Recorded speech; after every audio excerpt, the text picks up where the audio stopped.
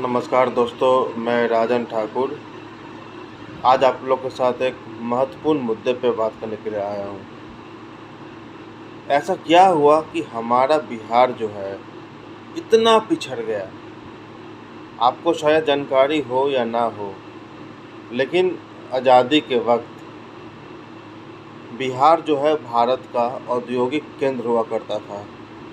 ना बिहार में उद्योग की कमी थी, ना ज़मीन की कमी थी, मौसम हमारा साथ देता था, कच्चा माल भरपूर था, लेबर भरपूर था बिहार में। इतना कुछ होने के बाद भी ऐसा क्या हो गया कि हम अन्य राज्यों पर निर्भर हो गए? चाहे वो बेहतर शिक्षा की बात हो, चाहे बेहतर स्वास्थ्य की बात हो, नौकरी की बात हो, व्यापार की बात हो, हमें अपना लिविंग स्टैंडर्ड बढ़ाना है तो सिंपल सा फंडा आजकल कि भैया दूसरे राज्य चले जाओ। ये बिहार में कुछ भी नहीं है। तो ये एक बड़ा आश्चर्य की बात है कि सब कुछ होने के बाद भी हम इतना पिछड़ कैसे गए। ये कहानी शुरू होती है 1952 से, जब देश में पहला लोकसभा चुनाव हुआ। नेहरू जी के नेतृत्व में पहली बार कांग्रेस का सरकार बना चुनाव लड़के। तो उस टाइम कांग्रेस ने एक पॉलिसी लाई थी, फ्राइट इक्वलाइजेशन पॉलिसी। इसके तहत सरकार का ये विज़न था कि हम भारत में उद्योग का समांतर विकास के लिए जो भी कच्चे माल का ट्रांसपोर्टेशन होगा उस पर हम सब्सिडी देंगे। अब इसका सीधा इफेक्ट पड़ा बिहार पे, झारखंड पे, बंगाल पे, छत्तीसगढ़ पे, मध्य प्रदेश पे, खास करके बिहार झारखंड पे। तब दोनों एक थे, इसे आप बिहार समझ लीजिए, क्योंकि तब बिहार जो है मिनरल रिच स्टेट हुआ करता था। अब होता क्या था, जैसे गुजरात है, महाराष्ट्र है, ये जो भी स्टेट है, जो भी कोस्टल एरिया में जो भी स्टेट हैं, इनके पास मिनरल थी नहीं। ये खाली ट्रक लाते थे बिहार में और यहाँ से कच्चा माल भर भर के अपने अपने स्टेट में ले जाते थे।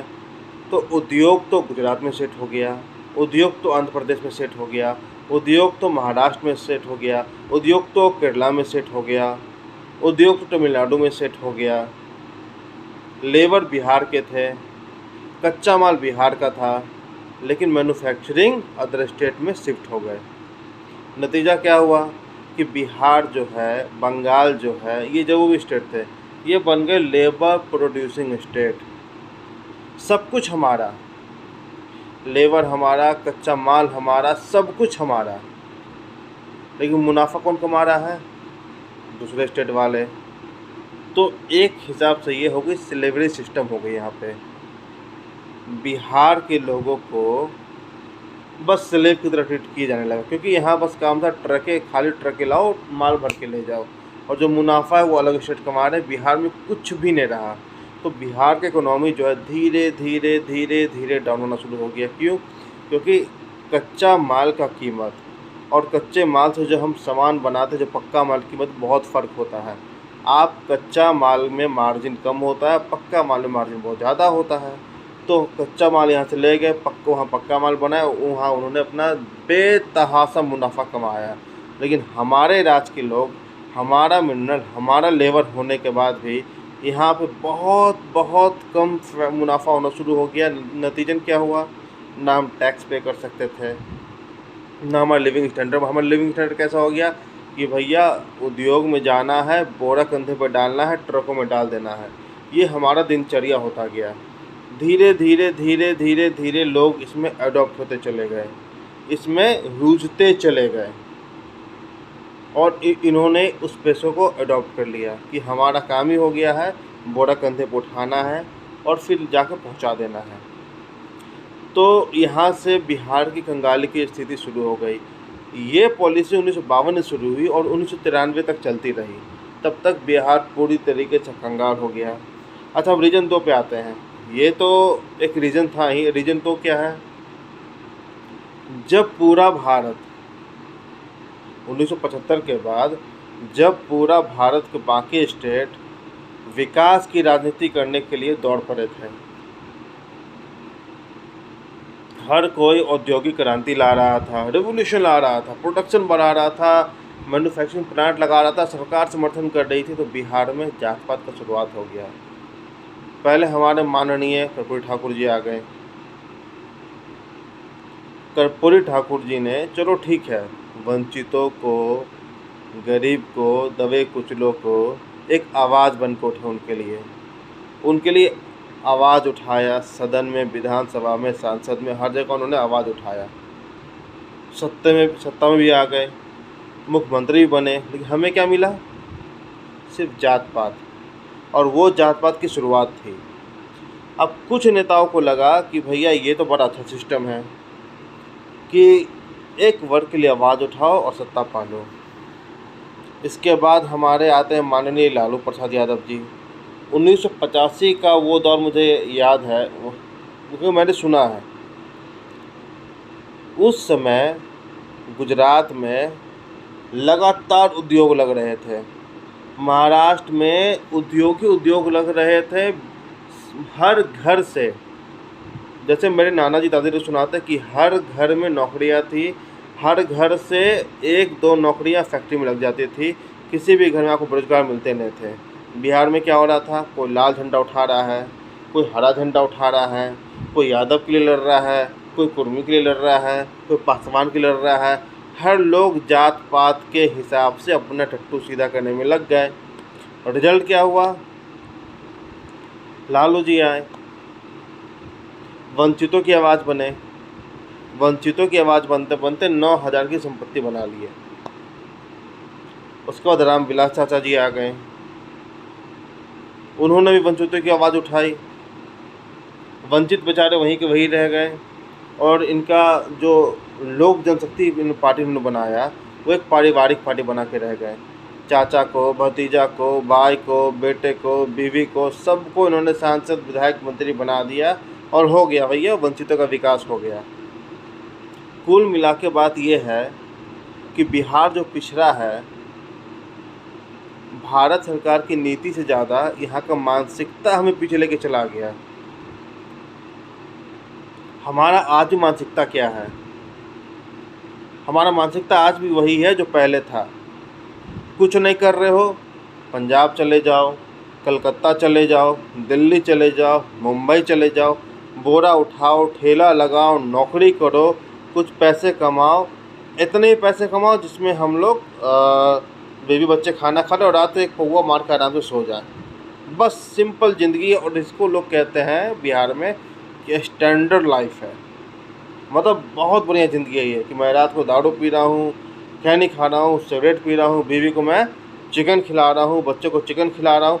अब कहाँ पढ़ेगा, क्या पढ़ेगा, कैसे विकास करेगा, इससे कोई मतलब नहीं।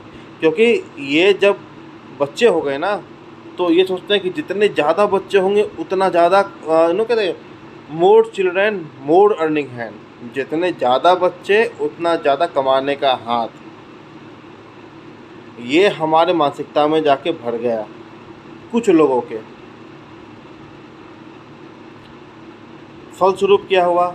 हम जात पात करते करते ये भूल गए कि जात पात से कुछ लोग सत्ता में तो आ जाएंगे, आपकी थोड़ी बहुत चौक चौराहे पे चल जाएगी, लेकिन आपके बच्चे जो आप कर रहे हैं उससे ही बदतर ज़िंदगी जिएंगे। मैं आपको उदाहरण देता हूँ। जो हाल आज से 20 साल पहले जिन लोगों का था, उससे बुरा हाल आज उनके बच्चों का है। न कमाई है, न शिक्षा है, न स्वास्थ्य है। अगर आपको कोई मेजर इलाज करवाना है, आप दिल्ली जाओगे, एम्स के आगे 4-4 दिन लाइन लगा के खड़े रहेंगे, जुगाड़ लगाएंगे, दलाली का पैसा देंगे, पैरवी करवाएंगे और एक इलाज करवाएंगे। आपको अच्छे स्कूल में पढ़ना है तो आप राजस्थान भागोगे, आप दिल्ली भागोगे, आप हिमाचल भाग जाओगे। सारा वो हिमाचल जो पहाड़ों पे बसा है, जहाँ का न मौसम साथ देता है, न जहाँ सड़कें हैं, वहाँ भी अच्छे स्कूल हैं। हमारे यहाँ मौसम भी ठीक ठाक बढ़िया मौसम है, रोड बढ़िया है, ज़मीनें हैं, स्पेस है, सब कुछ है, फिर भी शिक्षा 0 सन्नाटा क्यों? कारण है, फिर बताता हूँ आपकी मानसिकता, कि हम जिनको चुन के सत्ता में लाते हैं, जो हमारे प्रतिनिधि हैं, उनको साफ साफ पता है कि भैया विकास की बात कोई फ़ायदा है नहीं। मैं यादव हूँ तो अगला ये ज़िला यादव बाहुल है तो ये मुझे वोट दे देगा। मैं कुर्मी हूँ तो ये ज़िला कुर्मी बाहुल है, ये मुझे वोट दे देगा। मैं ब्राह्मण हूँ, ये ज़िला ब्राह्मण बाहुल है तो ये मुझे वोट दे देगा, मैं तो चुनाव जीत जाऊँगा। और अल्टीमेट एजेंडा क्या है? चुनाव जीत के सत्ता में आना, क्योंकि हम उन्हें काम करने के लिए प्रेशराइज कर ही कहाँ रहे हैं। हम तो बस उन्हें जात के नाम पे वोट दे के आ रहे हैं। अजीब मानसिकता डेवलप हो गई है। मुझे समझ नहीं आता कि आखिर लोग चाहते क्या हैं। मतलब बिहार में राजनीति करना अपने आप में एक बहुत बड़ा बात है और आसान भी है। आसान इसलिए है कि अगर आप भूमियार हो, अगर आप ब्राह्मण हो, तो देख लो कौन सा भूमियार ब्राह्मण का बाहुल इलाका, वहाँ जाके आप चुनाव लड़ लो, मोस्ट प्रोबेबली आप चुनाव जीत जाओगे। अगर आप यादव हो, भैया आप उस जिले चले जाओ जहाँ यादव ज़्यादा है। अगर आप पासवान हो, आप वहाँ चले जाओ जहाँ पासवान ज़्यादा। मतलब आप जिस कास्ट के हो, आप एक बार बस डेटा चेक कर लो, आपके कास्ट के लोग किस ज़िले में किस विधानसभा में ज़्यादा है, वहाँ जाके चुनाव लड़ो, ज़्यादा चांस आप चुनाव जीत जाओगे। इस बात से किसी को परवाह नहीं है कि बिहार में विकास क्यों नहीं हो रहा है। लोग ना सड़क को विकास समझ लेते हैं। मैं आपको थोड़ा पीछे ले चलता हूँ। आपको शायद पता हो या पता ना हो, बिहार की 64% से ज़्यादा उद्योग जो है आज से 25 साल पहले बंद हो चुकी थी। मुझे फ़िलहाल का डेटा पता नहीं, लेकिन 25 साल पहले यानी सन 1996 तक जो डेटा मैंने देखा है, बिहार की 64% मिलें बंद हो चुकी थी। अब चाहे वो जूट मिल समस्तीपुर का हो, चीनी मिल समस्तीपुर का हो, वारिसगंज का हो, चाहे आप बनमनखी चले जाइए, चाहे आप बुरारू चले जाइए, आप चाहे सिवान चले जाइए, आप छपरा चले जाइए, जो भी मिल थी 64% से ज़्यादा मिल वहाँ बंद हो चुकी है। और यही नहीं, मैं अगर आपको आखिरी साल की बात करूँ पूरे भारत की, तो पूरे भारत में अप्रैल 2020 से लेके आज के दिन तक भारत में 10,113 उद्योग बंद हो चुकी है। क्योंकि जो एजेंडा बिहार का था वो एजेंडा भारत का चल रहा है। अब मोदी जी को पता है कि हिंदू के नाम पे वोट लेना है। अब उद्योग लगे ना लगे, पेट्रोल 100 का बिके चाहे 40 का बिके, चाहे गेहूँ महंगा बिके चाहे सस्ता बिके, चाहे सरसों तेल कितना का बिके, कोई मतलब नहीं है दाम कितना बढ़ रहा है। क्योंकि लोग, उनको साफ पता है कि बहुत आसान है भारत के लोग को बेवकूफ़ बनाना। एक बार जात की बात करो, धर्म की बात करो, सारे दुख भूल जाएंगे। इवन ये भी नहीं सोचेंगे कि मेरे आने वाला जनरेशन का लाइफ कैसा होगा। एक्चुअली आई थिंक कि हम लोग ना क्रिमिनल हैं। हम ना हत्या कर रहे हैं अपने आने वाले जनरेशन के भविष्य के साथ। यस, अगर आप ऐसा कर रहे हैं तो आप भी एक अपराधी हो। आप अपराध कर रहे हो कि आप अपने आने वाला जनरेशन का भविष्य ना अंधकार कर रहे हो, गला घोट के दबा दे रहे हो। जात के नाम पे वोट देके, धर्म के नाम के वोट देके, मेरे जानकार हैं, मेरे फलना है, मेरे रिश्तेदार, इसके नाम पे वोट देके आपको क्या हासिल हो गया? आज तक आपने एक बार कर्पूरी ठाकुर सत्ते में लाया, कभी राम विलास जी को सत्ते में ला दिया, कभी लालू यादव को सत्ते में ला दिया, और आज नीतीश कुमार सत्ते में ला दिया। ये सवाल आपसे है कि आपको आज तक हासिल क्या हो गया? क्या सड़कें जो हैं ये विकास है? या डाउट नहीं है कि रोड जो है डेवलपमेंट का ओरिजिन है, शुरुआत है। बिहार में रोड बना, हालांकि ये रोड नीतीश कुमार ने नहीं बनवाया। मैं आपको बता दूं, बिहार में जो सबसे अच्छी रोडें जो बनी है वो या तो प्रधानमंत्री ग्राम सड़क योजना के तहत बनी हुई हैं, और ज़्यादातर जो राष्ट्रीय मार्ग हैं, नेशनल हाईवे जो हैं, वो मनमोहन सिंह ने बनवाया था। बिहार से लेकर झारखंड तक में जो आप 6 लेन 10 लेन रोड जो देख रहे हो, एक्सप्रेस वे रोड जिसे कह रहे हो, ये सारे मनमोहन सिंह ने बनवाया था। इवन यूपी से राजस्थान में, मध्य प्रदेश में, छत्तीसगढ़ में, बंगाल तक में जब सड़कें देख लो ना चकाचक, ये राज्य सरकार ने नहीं किया था, ये केंद्र सरकार ने किया था। लेकिन चलो फिर भी मान लो, हाँ स्टेट हाईवे बिहार का सुधरा, आई अग्री, सुधरा, बट क्या रोड बन जाने से विकास हो गया? मुझे पढ़ाई करने के लिए जयपुर जाना पड़ा, मेरी बहन को जाना पड़ा। अब मेरे दो छोटे छोटे भाई हैं, रिश्तेदार ही हैं, चाहे मेरे भाई हो, चाहे मौसेरे भाई हो, चाहे फुफेरे भाई हो, उन्हें भी दिल्ली आना पड़ रहा है।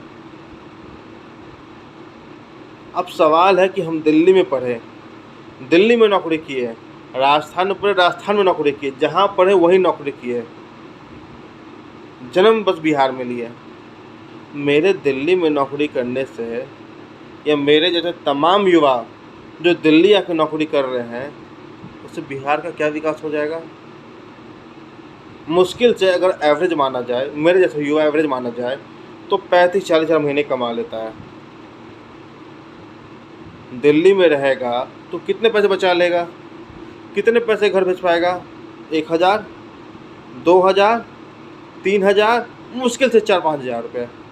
हाँ, अब आप ये बोलोगे कि रहना खाना 5 हज़ार में हो सकता है, तो भैया हो सकता है, बट अगर आप दिल्ली में रहोगे तो आपको उसी पेस के साथ बढ़ना पड़ेगा।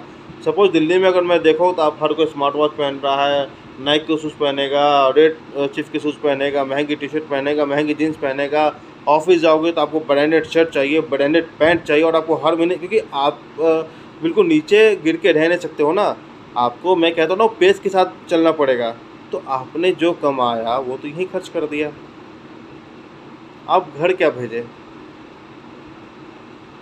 आपने जिस मिट्टी में जन्म लिया, आपने वहाँ के अर्थव्यवस्था में क्या कंट्रीब्यूट किया? क्या ऐसे बिहार बढ़ेगा? और ये क्या, ये गलती सरकार की नहीं है? क्या बिहार में इतनी जनसंख्या है, इतना टैक्स आता है, पेट्रोल भी महंगा बाकी स्टेट के हिसाब से, पेट्रोल पे तमाम नीतीश कुमार वसूली कर रहे हैं, शिक्षा महंगा बाकी जगह से, शिक्षा पे दबा के टैक्स लेने प्राइवेट स्कूलों से, महंगाई में पटना जो है दिल्ली को दाबे हुए है,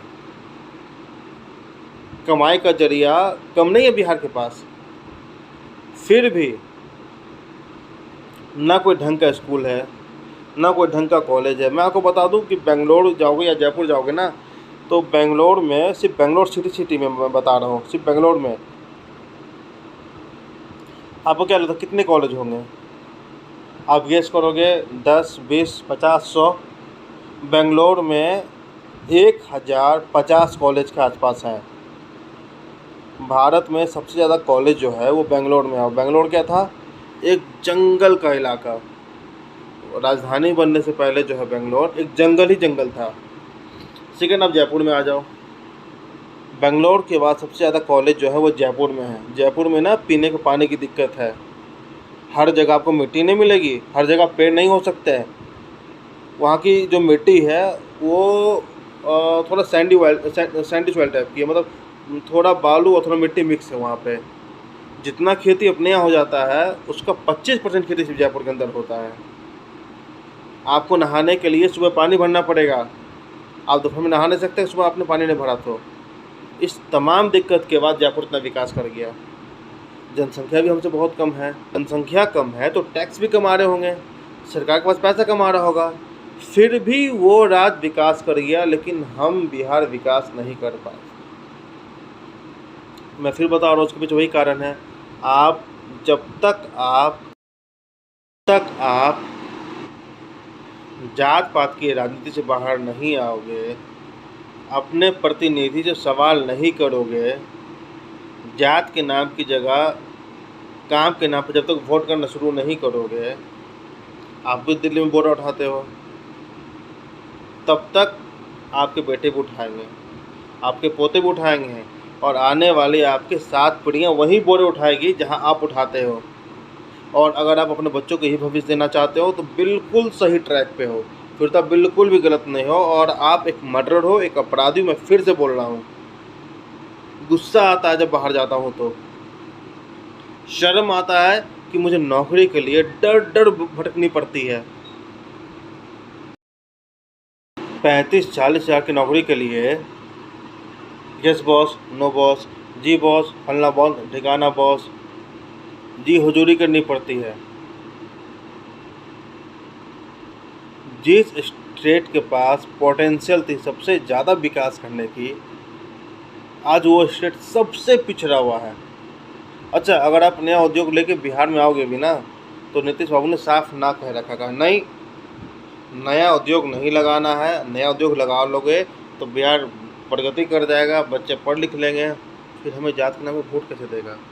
अच्छा, मिले हुए सारे हैं, जो भी जात पात के नाम पे वोट मांगते हैं, जो भी वंचितों की आवाज़ बनते हैं, जो भी दलितों की आवाज़ बनते हैं, सारे मिले हुए हैं। ये मिल के आपको बेवकूफ़ बना रहे हैं। कि अगर ऐसा नहीं होता तो इट इज़ नॉट पॉसिबल कि बिहार में एक भी कोई ढंग का स्कूल नहीं होता, ढंग का कॉलेज नहीं होता।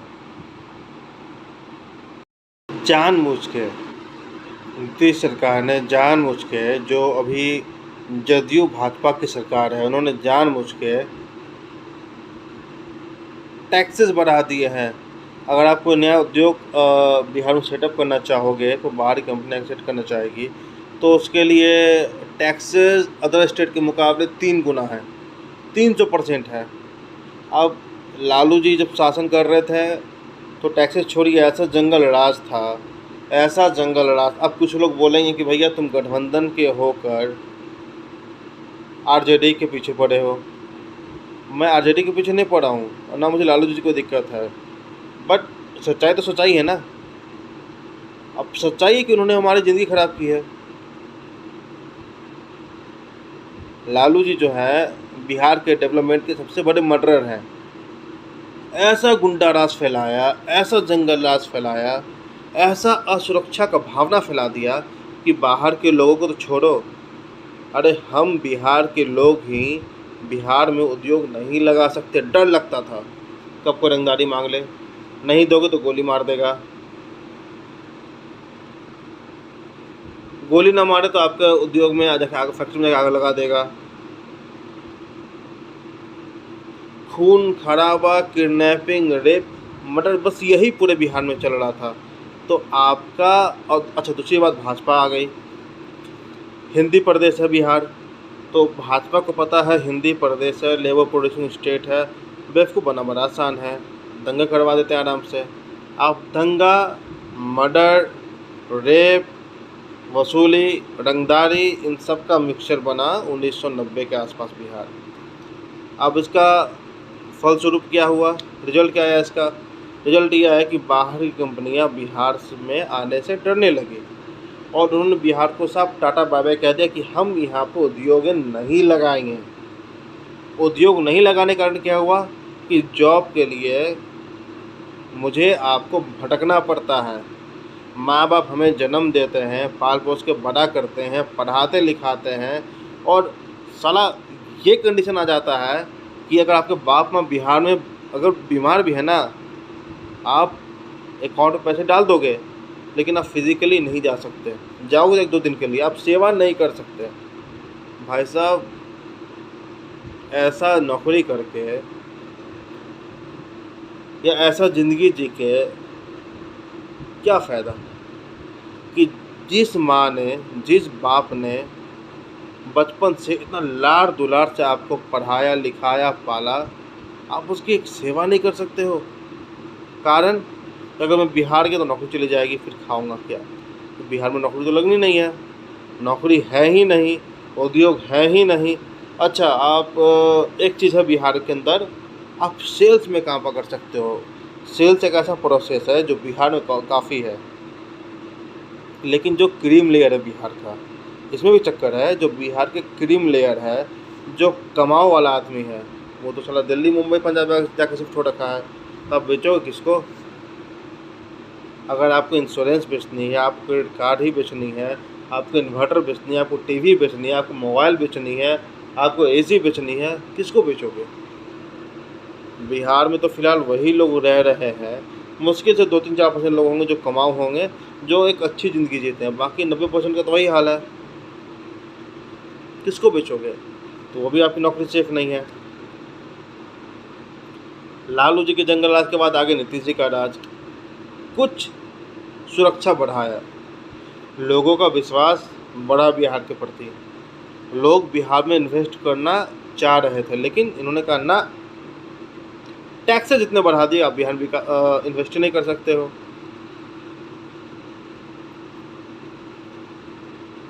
कितना मुश्किल है कि आपको पता है कि आपके राज का पीछे जाने के पीछे कारण क्या है। उद्योग नहीं है। उद्योग होती तो नौकरी होती, नौकरी होती लोग के पास पैसे होते, लोग के पास पैसे होते तो लोग अपने बच्चों को अच्छे स्कूलों में भेजते हैं, अच्छे स्कूल में भेजते हैं, अच्छे कॉलेज में पढ़ाते हैं। तो भैया स्कूल कॉलेज भी तब भी खोलेगा ना जब वहाँ के लोग के पॉकेट में पैसा आएगा। सब कुछ डिपेंड करता है कि आपके स्टेट में जो लोग रह रहे हैं उनका प्रति व्यक्ति आय क्या है और आप उसको बढ़ाने के लिए क्या कर रहे हो। ये विज़न ना लालू जी के पास था, ना हमारे स्वर्गीय रामविलास पासवान जी के पास था, ना नीतीश कुमार जी के पास है। और जो हमारे मंत्री बने बिहार से, नित्यानंद राय, गिरिराज सिंह, फलना ठाकुर, ढिकना ठाकुर, जो भी बने हैं वो तो बस जय श्री राम मंत्री बन गए, हो गया, अब हो गया तेरा काम जनता, तुम जानो तुम्हारा काम जाने। किसको मतलब है बिहार से।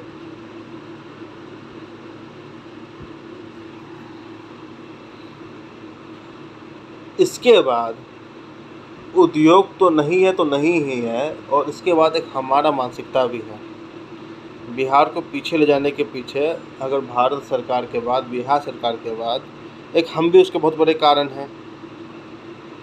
बच्चे पैदा ना हुए कि उसे IAS IPS बना देते हैं, डॉक्टर इंजीनियरिंग बनाते हैं। मतलब अगर आपने गलती से कोई अच्छी पढ़ाई कर ली, राजस्थान, दिल्ली, पंजाब, कलकत्ता जाके अगर आप इंजीनियर, डॉक्टर या कोई अच्छी डिग्री ले आते हैं, और अगर आप चाहोगे कि हम बिहार में कोई व्यापार खुल, अच्छा अगर आप बाहर पढ़ के आए हो तो one thing is very clear कि आप थोड़ा ब्रॉड सोचोगे, टेक्निकली लोगों से ज़्यादा एडवांस रहोगे, आप कुछ भी ज़्यादा अच्छा कर सकते हो।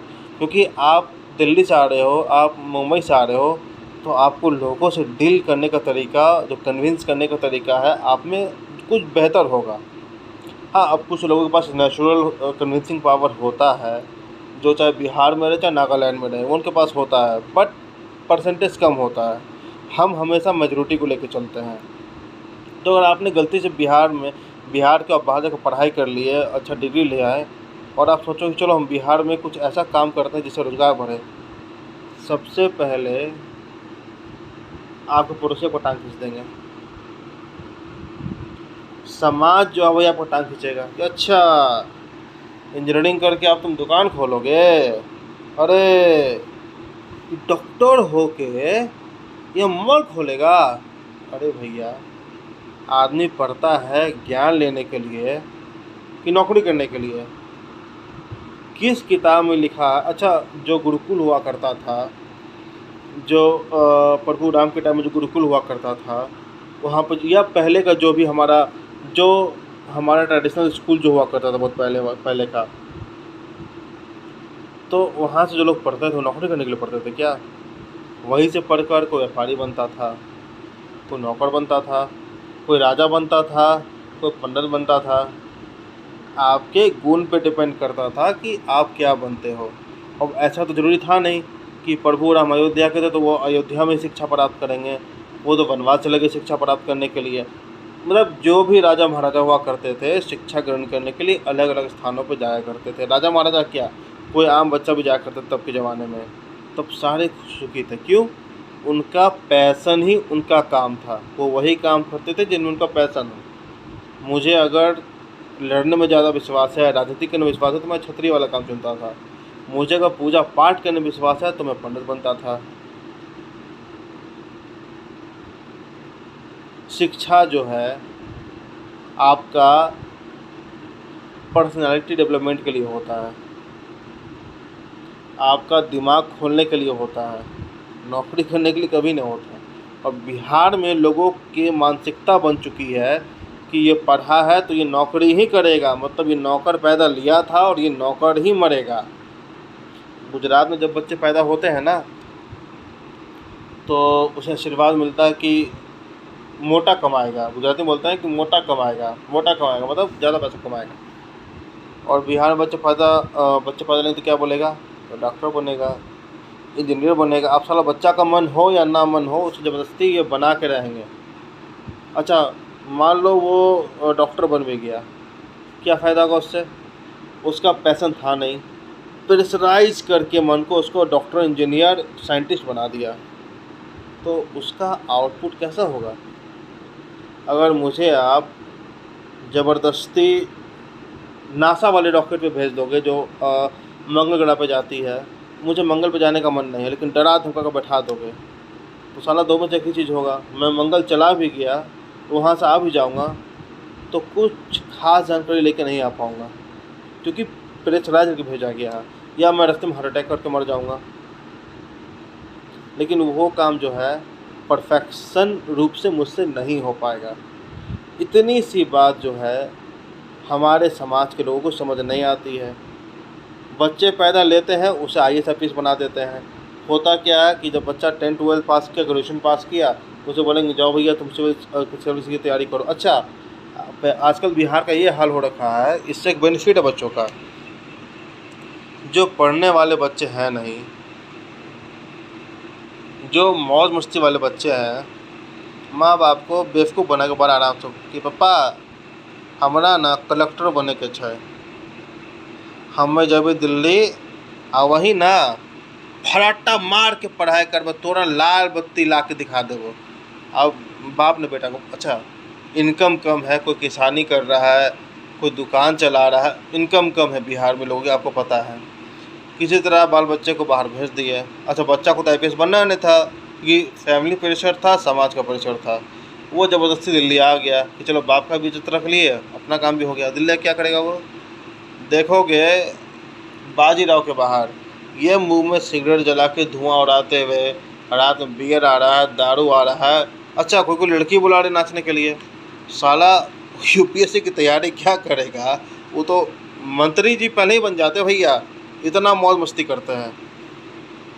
मौज मस्ती कर लिए, करते करते जब 5-6 साल पूर गया, तो बाप बोला कि भाई तुम्हें तो मैं 6 साल से भेज रहा हूँ, तुझसे कुछ निकला नहीं, अब घर आ जा। घर बुलाएंगे तब लड़की खोजा खोजी चलेगा कि साला ये तो कुछ किया नहीं, शादी करना ज़रूरी है। अब तमाम झूठ लड़की वाले को कि मेरा बेटा दिल्ली में रहता है, बहुत बड़े पोस्ट पे है, बहुत कमाता है, अच्छी लड़की, शादी कर लिया उसका। अब लड़की प्रेशराइज, देखी घर में आ गई, लड़का तो कुछ करता नहीं है, तनाव में आ गई। अब लड़ाइयाँ होगी, टेंशन होगा, या तो लड़का सुसाइड करेगा, या तो फिर लड़की दहेज प्रताड़ना केस करेगी, मारपीट चलेगा घर के अंदर। तो जो शांति का माहौल है ना, वो ज़बरदस्ती बिगाड़ा जाता है बिहार के अंदर। हाँ, अब मैं बिहार का हूँ तो कुछ लोग बोलेंगे कि तुम बिहार का शिकायत करो। नहीं, बिहार का शिकायत नहीं कर रहा हूँ। एक्चुअली थोड़ा आदमी को ट्रांसपेरेंट होना चाहिए। मैं आपको बता रहा हूँ कि एक्चुअली होता क्या है, हम पीछे क्यों जा रहे हैं। तो ये ज़बरदस्ती जो थोपा जाता है ना कि तुम सिविल सर्विसेज की तैयारी करो, तुम सरकारी नौकरी ही पाओ, तुम प्राइवेट कंपनी में तुम CEO क्या क्या कहते हो VP बन जाओ, ऐसा नहीं होना चाहिए। कोशिश कीजिए कि बच्चों को अपने पास रखें। सरकार फेल है, आप तो फेल नहीं हो ना। पैसे लगा के कोई उद्योग खड़ा करवा दो। आपका एक बच्चा 20 गरीबों के घर में वो रोटी पहुंचा सकता है उन्हें नौकरी देके। अगर आप सक्षम हैं, अगर आपके पास नॉलेज है, थोड़ा बहुत पैसा है, थोड़ा बहुत प्रॉपर्टी है, कोशिश कीजिए कि बच्चे को बाहर ना भेजें, घर में रखें, उससे बिजनेस करवाएं। कोई रोज़गार देना है तो वहीं रोज़गार करवाएं, वहीं से नौकरी करवाएं, और उसे नौकरी करने का मन है तो। जब तक आप अपनी मानसिकता नहीं बदलेंगे, बिहार नहीं बदलेगा। ये गुलामी की जो प्रथा चलती आ रही है ना हमारे यहाँ 50-60 सालों से, उसे बदलिए। अरे राजा महाराजाओं का राज है बिहार। दरभंगा में है राज। दरभंगा महाराज जो थे सबसे अमीर राजा हुआ करते थे। कलकत्ता में अगर धोती पहन के चले गए थे, तब गए सेंट खरीदने के लिए, दुकानदार देखा कि धोती कुर्ता पहने हुए, कहा साला कोई राजा थोड़ी हो, कहा नहीं तुमको हम देंगे नहीं, ये अमीर आदमी के लिए है। बोले अच्छा। कलकत्ता के उस बाज़ार का जितना सेंट था सब खरीद के तोड़ के नाली फेंकवा दिए, और लोग कहते हैं कि महीनों तक कलकत्ता का नाली सुगंधित रहा था। नील की खेती सबसे ज़्यादा बिहार में होती है, थी आपको पता नहीं। मक्के की खेती सबसे ज़्यादा बिहार में होती है, गन्ने की खेती होती है, चने की खेती होती है। हम लोग के पास एग्रीकल्चर एक बहुत बड़ा हथियार है। दिक्कत क्या है? उद्योग नहीं है। उद्योग क्यों नहीं? क्योंकि हमारी मानसिकता नहीं है, गुलामी करने की आदत पड़ी हुई है कि गुलामी ही करेंगे, वही ज़िंदगी जीना है। इस मानसिकता को बदलिए, बच्चों को आगे बढ़ाइए, स्पेस दीजिए। बिहार की तरक्की में अपना सहयोग कीजिए। जो उद्योगें बंद है उसके लिए हम जो मिथिला के साथी हैं, SOS मिथिला,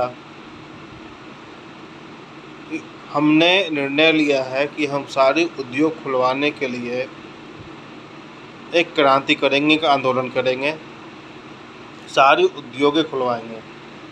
और मैंने एक निर्णय और लिया है,